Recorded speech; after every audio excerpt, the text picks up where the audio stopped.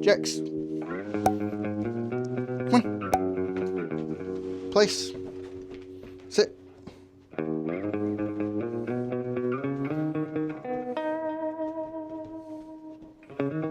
Lay down. Stay. Kari's over here being a good girl. She's listening to every command too. She doesn't even know those commands either, because she has different commands. If you ever had multiple dogs that you train with different commands so that they would listen to you independently, go ahead and hit that like and subscribe button. What is up, y'all? So today, we're going to go through the studio and do a tour.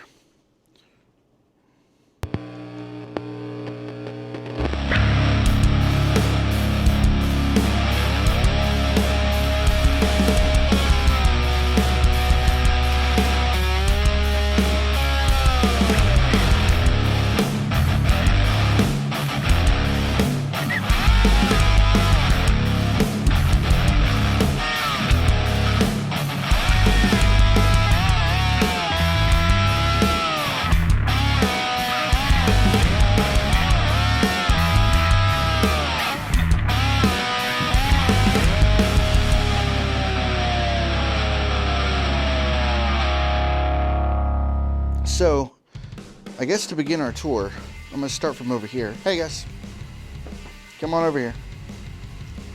Come here. They do not want to listen. They are too excited. Probably a little hungry, and I got to give them some snacks. But let's start from over here. So this here is a table that my beautiful wife painted and stained for me so that I could use it for unboxing videos, and I've already started using it. I just haven't completely edited and released that footage yet. It's coming though. But yeah, she went through its butcher block and she went through and stained all of it so I could do unboxing videos, EDC videos, just about anything I need. That right there directly in front is actually my whiteboard that I use for when I make notes for everything. It's got a bunch of plans on it, that's why it's covered. I don't usually show anybody, and if somebody comes out and we're working on albums or music or anything, I've been using that for years. So it's got dents and it's kind of messed up, but that's right now. It's got stuff written on it. That's in the works. These right here, funny story, when I decided to start doing this, I was using these. And the day that I actually decided I was going to come back here and create a video and edit it together and figure out how to do all that, this is actually well over 2 years ago, these completely stopped working, and I kind of freaked out because I'd been using them so much, and I actually had a completely different pair at the time that I had traded those off, and I think I sold them to get these, and then I traded some other stuff to get these, and it just wasn't as fruitful as a deal. And everybody knows Gibson's a really great brand, you know, for guitars. But they bought a professional speaker company, and they just did not end up being what they should have been. And I'll do a video on those here later on and kind of go through that. But I barely picked them up. It's now, I think, 2.5 years later, and I just picked them up from the shop because even though they were warranted and they should have gotten fixed, they could never get the parts, and Gibson doesn't even do anything with that company anymore. So I don't even think they own that anymore. But that aside, I'll go through that later in another video. This table, however, is where I'm going to be doing unboxings. I'll be doing any type of EDC, anything I need to do, and layout, I'll probably do on this table. And it's also going to be used because I had another table in here that we used to eat off of and kind of use as like a dining table in the studio if we needed to eat, take breaks. And that table actually broke. So this replaces that, at least for the time being. All right, that's this corner, and then right behind it over here is actually where the drums are. So the drums are actually right there. That's a couch. That is storage where I've got my mixing. Actually, that's my in-ear monitor mixer. A bunch of cables. I got a bunch of stuff in that storage right there. Sound panels on the walls just for that. I actually have a PA right here as well that I can plug in. So if I need to reamp the drums in the room, or even just perform live with the vocalist singing, I can turn on the PA. The other one's over there. You can see it right there. I could turn that on and we can actually run with that live in the room if I need be, and I can run it either from the in-ear monitor mixer here, or I can run it from the front at my desk, which, well, before we get to the desk, let me show you the other side of this room. Hey, guys. Hey, bud. All right, so on this side of the room, I've got my orange 410. Right next to it, I have an Ampeg 610 and my orange 8200 bass amp. And then next to that, I have my Bad Cat 212, and then miscellaneous cables if I need them, and then I keep extra cables and camera equipment in those little storage bins right there. Behind that, underneath the desk back there, is a bass case and a couple other guitar cases. But this is the bass side of the room. I have the Ampeg 610 instead of an 810 because A, it's smaller, a little bit more compact, fits into more vehicles. This one actually has a port on the back that you can actually control the amount of airflow out of that port from this dial on the back of these Ampeg 610s, which the 810 does not have. That's why this is the second one I've owned. I owned one before, sold it, regretted it, got this one, and just like, I was in love. That was the one. I got the 410 because it's essentially, if you've never really played an orange amp, the weird thing is these 8200s, I had that converted over for KT88s. That orange through the orange cabinet that I guess it's designed for is really, really tight, which works for some things, but some things you don't necessarily need it to be really, really tight. Sometimes you want a little bit of give to give that rock flavor. The Ampeg is really good at having that give, what we call sag. That has sag. This does not. This is like super tight tolerances. It's gonna sound like what it's gonna sound like, which is cool for some applications. It's not always useful for all applications, essentially. But this is my bass rig. If I need to be tighter in sound, I got the orange cab for it. And if I need more of a rock sound, I can just use the Ampeg. And then honestly, the Ampeg Live sounds amazing. That's my go-to. The orange 8200, that sounds amazing. That's also my go-to. I've had other bass stuff, including Mark bass, and this thing, it's a tube head, just sounds great. And even though it's only 200 watts, you don't think it's that loud. It really is loud, and the tone is just on point. Like, orange got it down. Besides that, over here, I've got this Bad Cat 212. This is my smaller cabinet that I use for, quick gigs, going to go jam with somebody if I get invited out, smaller venues. I also have a Vox AC30 that's vintage that I normally run on top of that. Right now, that actually caught on fire, so that's in a shop getting worked on. It's been a while. I actually need to call that guy and check on it. That's normally the combo I like to run if I'm going out somewhere. I can also run any other guitar amp head I want into that, and it works just fine. I have it set up actually for 16 ohms and 4 ohms, not 8 ohms, which is also important to know. But I wired that up myself on a New Year's Eve, threw myself a New Year's Eve party and wired that up. Right behind us, this is the back of the table I mentioned, and just got an extra camera stand, extra stool. We got a puppy. We've got another puppy. And then that's just one of the white tables I use for just about everything in here. Like, it's just something I've had forever. I could put amps on it, cabinets on it. It's just utility furniture for no reason that I've had forever. This right here, these are couches that convert over to a bed. So if somebody's in here with me and they just need to absolutely lay down and we're doing a long session, this actually folds out and it's sort of mattress. So it folds out into a full mattress spread thing, and I keep blankets stored on the inside over here. Let me see if I can get in here. And I got some blankets on the inside of this one and on the other one, and I can just pull it out, lay it down. I also have it because sometimes my kids will be with me, and if my kids are here, I'll put them on one and put a blanket on them if they're trying to sleep or nap. Kids get tired, you know how it is. Let's move over to my desk real quick. So on my desk here, let's move this off, I've got the Universal Audio 410. This is 4 preamp channels that they made in the 90s. Now these are standalone preamps, so you can plug them into anything else you have. So you plug them into a interface, other DACs, digital audio converters, whatever you got, you can plug this into, and these actually emulate couple different things. I'm trying to figure out what the buttons are here. So you have the ability here with the shape knob. You can do right there, off would be clean. It's funny that they're in the center. Off would be clean, meaning it's just the preamp clean as it is.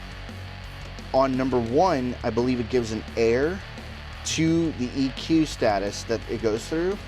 And then on 2, it gives a bit of saturation as if it was going through more of a vintage preamp.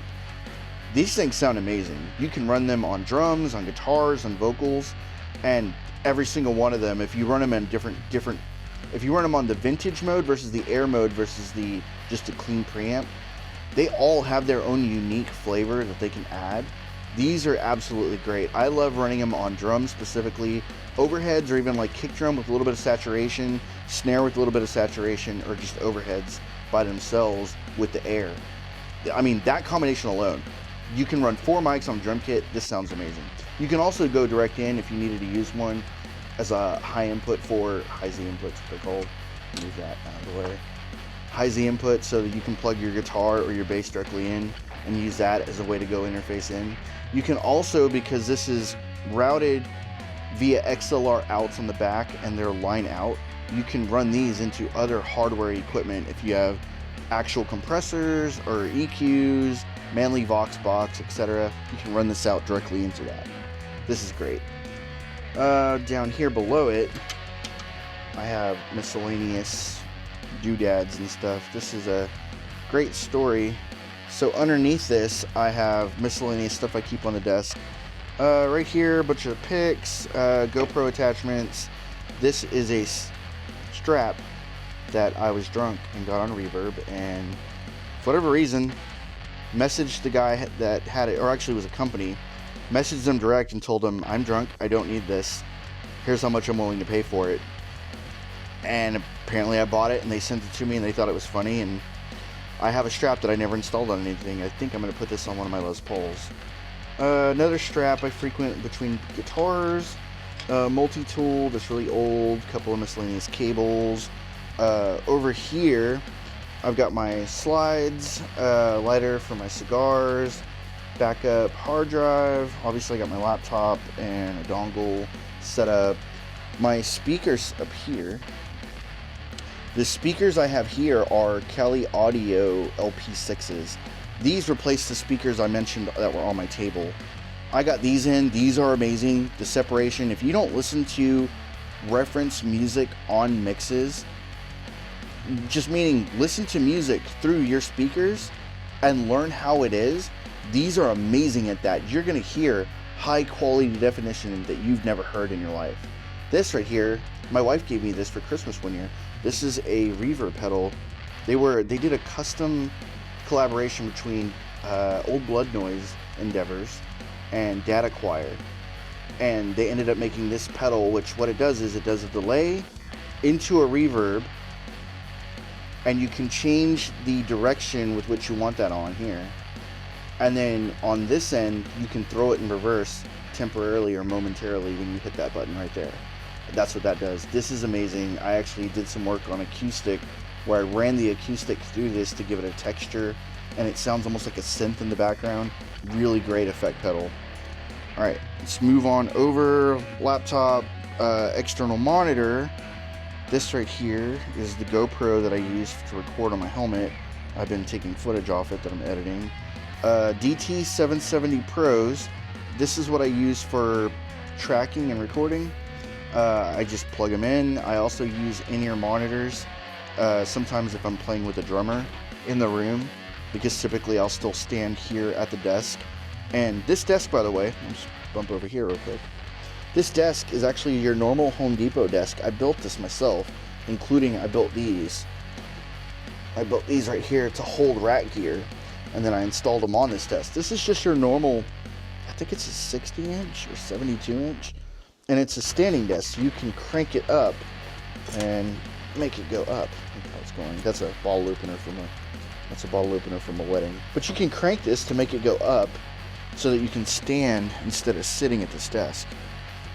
I purposely built this because I wanted to be able to stand and record, but then also if I needed to be able to sit and mix. So that's the purpose of this being able to go up to standing. On the other rack here, Let's start at the bottom. Charging my phone. Phone goes into the voltmeter, and the voltmeter distributes power to everything on here. I've got the universal audio satellite. This is an octo, so it's got eight processor units in it. And then I'm also running the Apollo 8P, and this runs into this, and then it runs into the computer. Also runs into, I forgot to explain, I run a RAID hard drive system right here, and everything routes into there, and then it also routes into here. It's just backup in case I needed it.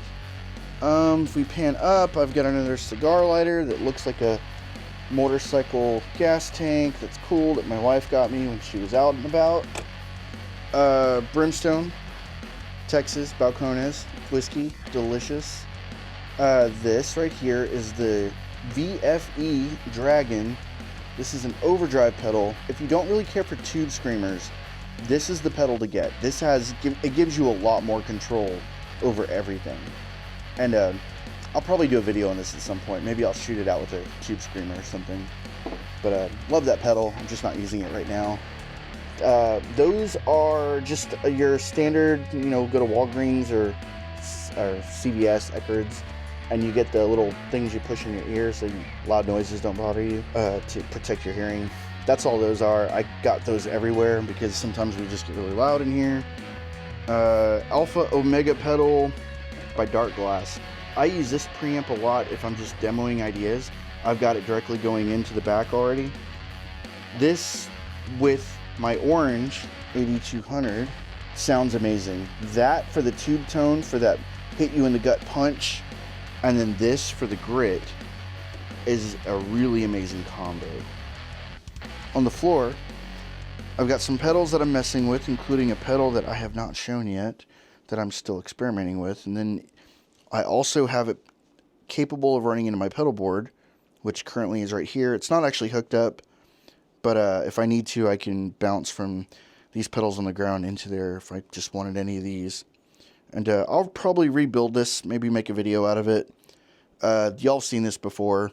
There's nothing really new or different in here. I'm probably taking the Durple off. Love the Durple, but right now I'm not really using it for a lot. When I'm working, I like to put my guitar on here. These are dog treats for the dogs. They get the little vitamins that you put inside the little hollow treat. But this stool, I've played it in a couple videos. I've sat on that and played guitar in. But it actually, I use it as a guitar holder. So it's got the little guitar holder at the bottom. And it's got this like little cutout with the soft part. So your neck leans against that. Super handy. My mother-in-law gave me that. That was a great gift right there from her. Right here, this is my 1971 Mark I Fender Rhodes stage piano. It's a 73 key. This, for people that don't know, is just an electric piano. This is similar to what Ray Charles played for a long time. I wanted one of these forever for the main reason that you can plug this into a guitar amp and then you can use guitar effects pedals through it to make unique sounds. A lot of like psychedelic 70s rock music would have these, and they would usually have like a Wurlitzer, which was kind of an organ, and then they would have one of these sitting on top. They would just not put the legs on it, so it just sat on top, and they would run that sustainer pedal down there. They would either just not run them, because sometimes I don't run it, or they would just run it through on the backside so they could still hit it underneath. I'll do a video on this. I plan on putting some effects pedals through this and maybe playing some tracks, doing some piano stuff on this. I love this thing. It's just extremely heavy and cumbersome to move around and to set up, honestly. But I have been playing with this lately just to see what it would sound like through some certain delay pedals and reverbs and stuff. See if I can make some jazz and vintage stuff sound kind of warmer. Alright, over here, y'all have seen this before. This is my Hughes & Kettner Mark II Triamp. This is my go-to stage and live amp. If I need to cover a lot of territory, this thing is amazing. I stack it on top of two orange 412s that I've had forever. And these are loaded with G12K100s. It's got 4 of them and 4 down there too. So they're 100 watts a piece, which means that this can output 400 watts and that can output 400 watts. All that really means for people that don't understand is that is a 100 watt head, and each one of these cabs can take 400 watts going into them but I don't necessarily run 400 watts going into them. So that means that I'll never get the speaker distortion out of these unless I get up to 400 watts, which is a good thing, because that means that the amp will sound as clear as it's going to be into these cabinets, which is what I personally want. These speakers, specifically G12K100s, what they do is they act like a natural EQ because they have such a large magnet. It really shapes your lows, and then it cuts off your highs so they're not so shrill. So a lot of people like vintage 30s. My preference is actually for these. Live, they just sound like you're pre-EQ'd. Sound engineers will love you for using an orange 412 400 watt HPs. All right, next to that, y'all have seen this plenty of times. This is my orange Dual Dark 100. This is the Gen 1. I heard they came out with the Gen 2 recently. I might go through and actually do a little video on this and just show like a comparison of what the Gen 1 does, you know, so people can understand what that sounds like. As far as I know, what the Gen 2 does is on here on your channel A, the Gen 2 channel A now sounds like a rock reverb amp distortion channel, which is cool. That's not what I got this for necessarily. I wanted channel B to be my main rhythm and heavier music, and I wanted my channel A to be a lead rhythm sound that I could use for lead lines that were almost jazz. So I still wanted distortion, but I wanted to be able to control the tone of it, which just has a 3-band EQ. Works perfect for me. You still got your attenuator. You can run it at 50, 25, 75, or 100 watts. I run it kind of everywhere all the time. I don't really know. I just turn it on. Whatever sounds great to me, I'll use them that day for the recording.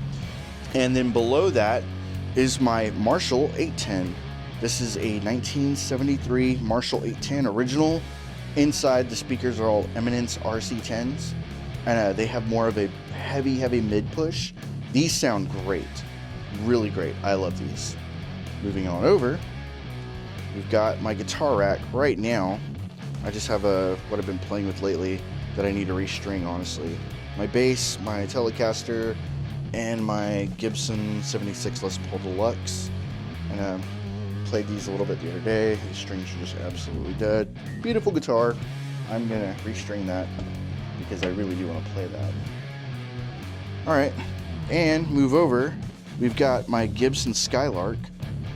Honestly, y'all have watched so much of my stuff and seen that. I play that for most everything. Even though I have these giant amps over here, I still end up playing that Skylark. It just sounds amazing. Great as a pedal platform. Even if you crank it up, the tweed sound that it gets is amazing. That's my orange Dark Terror. I've got it in the case. AKG 214 microphone. Below that is the case for my P87 Poliso.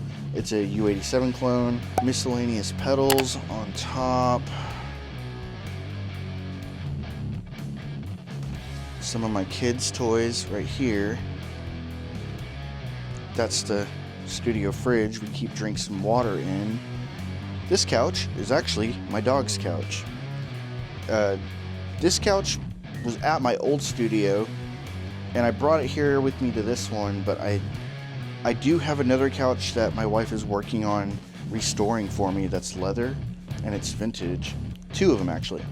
And I'll be moving those in, and I don't know where I'm going to put this, but I'll figure out where I can put this so the dogs can still rest on this whenever they're just hanging out with me. On top, on the corner over here, that's my Maton guitar. Extra snare, I believe it's a Tama something. It's not even my snare, I think it's my buddy's. Tama something. These are lights that I was going to put behind that panel right there. I've already got some behind this panel. Put them behind that panel so that way I could have some extra light back here when it's kind of dim. This is another one of the couches that can convert over to a bed. These are Serta mattress certified, and they're always covered in dog hair, but I do vacuum them all the time. And once again, I do have underneath here blankets underneath, so if my kids or anybody's here and they're cold, we can just grab a blanket and they can put it right there. So back here, this is where the drum area is. There's a nice little gap. This is an actual Meinl drum rug that it's sitting on. I've had this rug, I think, since like 2010. Honestly, it's used and abused, and I have a new rug. I just haven't had the time to fully remove the drum set, put the new rug down and then bring it in because the new rug is much bigger. I will work on that. Probably if anybody comes to visit the studio anytime soon, this one will be gone, that one will be in its place. Besides that though, y'all have seen my drum kit. I got Meinl cymbals. I know it's hard to see, I'm holding this thing up. Let's pull it back. PDP drum set, these are the rock sizes. So down here, I've got a 24-inch kick, an 18-inch floor tom, a 13-inch ride tom. That is a 14-inch snare. I use DW hardware, DW 9000 double bass kick, DW 9000 hi-hat stand.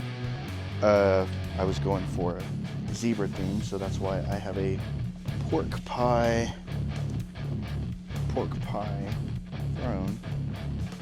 And random sticks, because I have a huge supply of sticks, as you can see here. And then everybody brings sticks, and people leave sticks, and I buy sticks, and we've got more sticks in the stick bag here. So if we needed sticks, we've got the sticks. Especially for like just jam sessions or just quick work. There's always sticks around somewhere, like right there.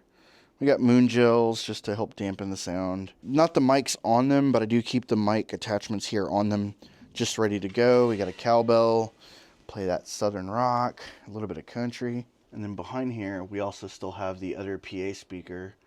And then in the corners back here, above this couch and behind the Hughes and Kettner, these are bass traps I built. They look just like the normal wall traps that are right there, but I actually put bass-specific frequency absorbers inside these to really capture that and deaden that area.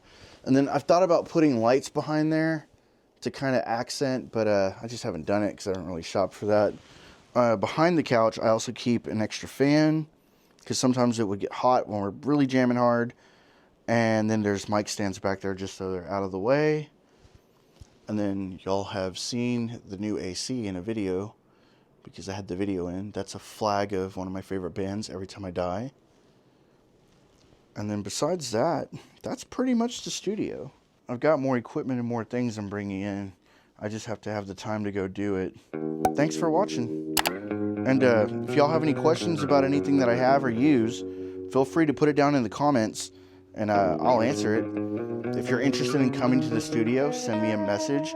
You can find me on Twitter, you can find me on Instagram, or you can comment down here, and I think we can get a hold of each other through YouTube. Also, my email is usually in the about, so if you want to get a hold of me, my email is down there in the description. You can also email me direct, or send me a direct message on Twitter or Instagram. And I'll catch you guys later. Good boy. Good boy. Yeah.